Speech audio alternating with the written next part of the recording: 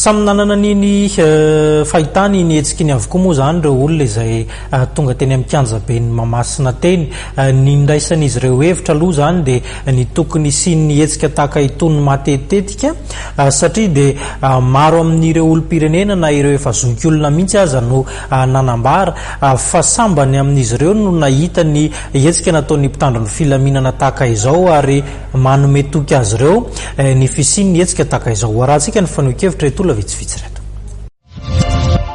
Amiko aloha mahafinaritra ilay izy satria ahafantarana zavatra efa lehibe hoe zay vao mahafamahita an'ireny sarinady ireny.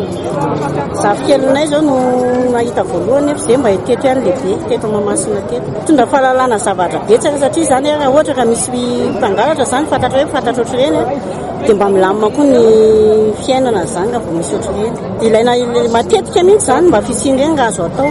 Izay mba fanirianay vahoaka zany. Mampilamin-tsaina ny fisian'ireny zavatra ireny aloha aminay.